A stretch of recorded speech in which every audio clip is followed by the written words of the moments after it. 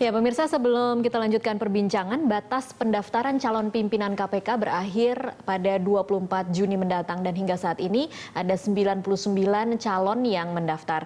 Berita Satu TV membuat daftar sementara calon yang potensial menurut kami sebagai pimpinan KPK. Siapa saja mereka? Kita lihat grafiknya berikut ini. Ya, ini adalah calon potensial pimpinan KPK versi Berita Satu TV. Yang pertama adalah Albertina Ho. Dia adalah seorang hakim yang telah mendapat banyak sekali simpatik publik di tengah berbagai kasus mafia peradilan. Intonasi suaranya kadang tinggi, kemudian pertanyaan yang diajukan lugas dan seringkali kritis. Terkesan ia tidak mau setengah-setengah mengungkap suatu perkara. Pertanyaan-pertanyaan yang ia ajukan juga kerap membuat terdakwa atau saksi gelagapan. Tegas dan kritis, itulah yang sering terlihat dalam sosok Albertina Ho. Albertina Ho juga pernah menangani banyak perkara seperti kasus Gayus Tambunan, kasus pembunuhan Nasruddin Zulkarnain yang mengajukan dissenting opinion terhadap hukuman Sigit Haryo Wibisono dan menghukum Sirus Sinaga. Albertina Ho saat ini menjadi wakil ketua PN di Sungai Liat. Dan yang kedua adalah Artijo Alkostar. Nama Hakim Agung Artijo Alkostar ini sudah juga tidak asing di telinga publik. Ia bersama dengan kawan-kawannya sesama Hakim MA kerap memperberat hukuman para terpidana kasus korupsi yang mengajukan kasasi ke MA. Beberapa koruptor yang dihukum lebih berat diantaranya mantan anggota DPR dari fraksi Partai Demokrat Angelina Sondakh diperberat hukumannya dari 4 tahun 6 bulan menjadi 12 tahun penjara. Lutfi Hasan Ishak juga diganjar 18 tahun penjara dari vonis 16 tahun penjara. Menolak permohonan kasasi mantan Ketua Mahkamah Konstitusi Akil Mokhtar dan juga hukuman tetap seumur hidup. Dan yang terakhir Anas Urbaningrum yang sebelumnya divonis 7 tahun penjara menjadi 14 tahun penjara. Yang ketiga ada juga Bambang Widodo Umar. Ini adalah salah satu anggota tim 9 yang dibentuk Presiden saat terjadi ketegangan antara KPK dan Polri. Widodo Umar saat ini aktif sebagai pengajar di Universitas Indonesia dan merupakan purnawirawan Polri dengan pangkat terakhir Kombes Angkatan 71. Yang keempat ada Alphonse Loemau. Sebelumnya berlatar belakang dari institusi Polri juga dengan pangkat terakhir Kombes Pol Purnawirawan. Alphonse saat ini menjadi dosen perguruan tinggi ilmu kepolisian. Ya, kita langsung bahas nama-nama tadi ke Pak Haryono dulu mungkin. Apa komentar Anda terhadap 4 nama tadi? Terutama yang dua hakim itu, saya sudah mengetahui dari media tentunya, dan sepak terjangnya juga cukup bagus gitu ya, dan menunjukkan memang komitmen anti korupsinya tinggi. Kalau yang Pak Bambang juga demikian, kita sudah sering melihat di media, saya rasa tidak ada masalah itu. Tinggal yang penting bagaimana nanti betul-betul komitmen mereka ini, dan kita juga butuh betulnya di KPK itu butuh bukan hanya ini ya. Kita butuh juga advokat juga butuh, jaksa juga butuh, polisi juga butuh, dan yang lain-lain juga kita butuh. Jadi saya sangat senang melihat itu, terutama kalau hakim itu kan terbiasa tidak berbicara banyak ke publik gitu, ke media.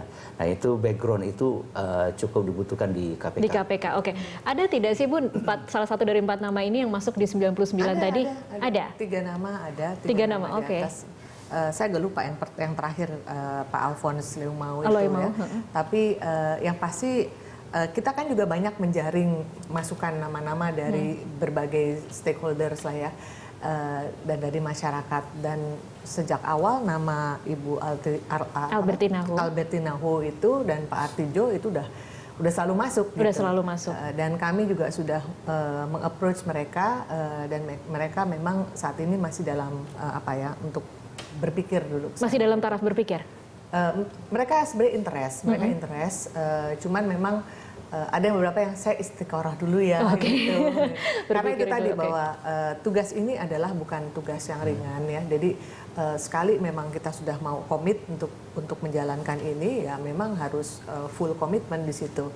Dan kami senang sekali kalau misalnya nama-nama bagus seperti ini mau mendaftarkan untuk calon pimpinan KPK. Kalau komitmen, kalau kompetensi mereka itu kita tidak bisa, tidak perlu diragukan. Integritasnya juga demikian. Tapi masalahnya mau atau tidak? Nah itu, untuk itulah kita perlu dorong ini. Orang-orang yang baik itu perlu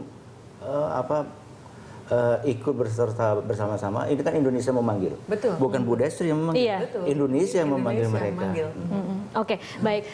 Ada juga wacana bahwa dari Kapolri akan mengusulkan 2 calon dari anggota polisi aktif dan 1 calon purnawirawan. Begitu juga dengan Panglima TNI Jenderal Muldoko yang katanya akan mengajukan 1 nama purnawirawan.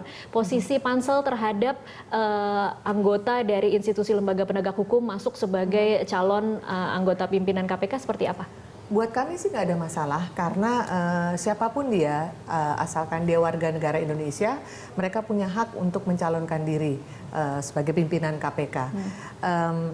Tapi memang ada satu surat pernyataan yang harus mereka buat. Jadi buat semuanya lah yang mendaftar ke KPK. Pada saat nanti dia terpilih sebagai pimpinan KPK, dia harus melepaskan jabatan yang saat ini dia punya, gitu. Ataupun tugas yang saat ini sedang dia lakukan. Jadi apapun orang yang bersangkutan, apakah dia polisi, apakah dia dosen, apakah dia advokat, dia harus meninggalkan itu. Apakah dia wirausaha juga, dia harus wira swasta, dia harus meninggalkan itu. Lepas jabatan mungkin mudah, tetapi melepas korps, melepas kesetiakawanan korps ketika menyangkut institusi yang nantinya kemudian bermasalah atau berhadapan dengan KPK itu mungkin agak sulit, Ibu Destri. Tapi kalau kita lihat tadi kan 2 contoh, Pak Bambang dan Pak Alfons itu juga kan dari polisi. Dari polisi. Jadi kan ya kita jangan udah langsung prejudice dulu ya bahwa kita juga kan harus melihat bahwa dengan adanya misalnya kelengkapan itu kan juga yang tadi dikatakan oleh Pak Haryono bahwa ke depan memang sebaiknya pimpinan KPK itu heterogen ya. Dia bisa berasal dari mana saja dengan kemampuan yang dia miliki apapun, bisa beragam. Dan satu hal yang penting adalah siapapun dia, apakah dia dari polisi ataupun dari Kejaksaan Agung, orang tersebut harus tahu tantangan apa yang dihadapi oleh KPK ke depan. Ya, di antaranya dia harus punya kemampuan berkomunikasi yang baik, apakah itu internal maupun eksternal. Karena di internal sendiri KPK ini juga dibutuhkan suatu touch khusus manajerial, ya itu. Kemudian juga dia harus mempunyai kemampuan koordinasi yang baik dan juga supervisi, gitu kan. Jadi ya tentunya kalau dia mensupervisi suatu institusi, dia harus punya suatu kelebihan, gitu kan.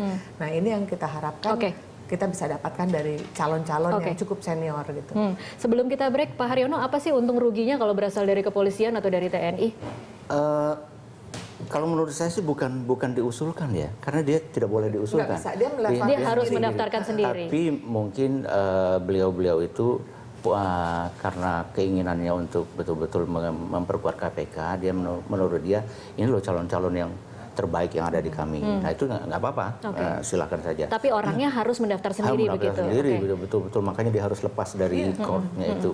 Kemudian yang sebetulnya ada keuntungannya, karena nanti kan KPK ini nanti akan mensupervisi kepolisian, dan pekerjaannya banyak sekali akan dibantu oleh kepolisian. Contohnya umpamanya dia kalau ingin melakukan menangkap atau memeriksa orang di daerah, yang membackup itu adalah betul-betul Polda setempat. Nah, bagaimana kalau umpamanya dan hubungan-hubungan itu tidak selalu hubungannya formal. Kadang-kadang hubungan informal itu sangat intensif, sangat dibutuhkan. Itu yang pertama. Kemudian yang kedua juga nanti banyak pekerjaan-pekerjaan bersama, saling memperkuat antara KPK, Kejaksaan, Kepolisian maupun yang lain-lain. Jadi sebetulnya kita juga tidak boleh, karena pengalaman yang lama itu waktu saya ada Pak Bibit gitu ya, ada Pak yang lain juga ada Pak Antasari dan semuanya lepas dari ininya, lepas dari bisa ya Pak Haryono, bisa lepas, tidak ada korps itu ya. Apalagi di KPK juga ada polisi, ada jaksa, ada yang lain kan. Nah, bagaimana memahami heterogenitas pegawai KPK ini, maka pimpinan KPK-nya juga perlu yang heterogen. Oke, baik. Kita akan lanjutkan di segmen selanjutnya. Pemirsa tetaplah bersama kami.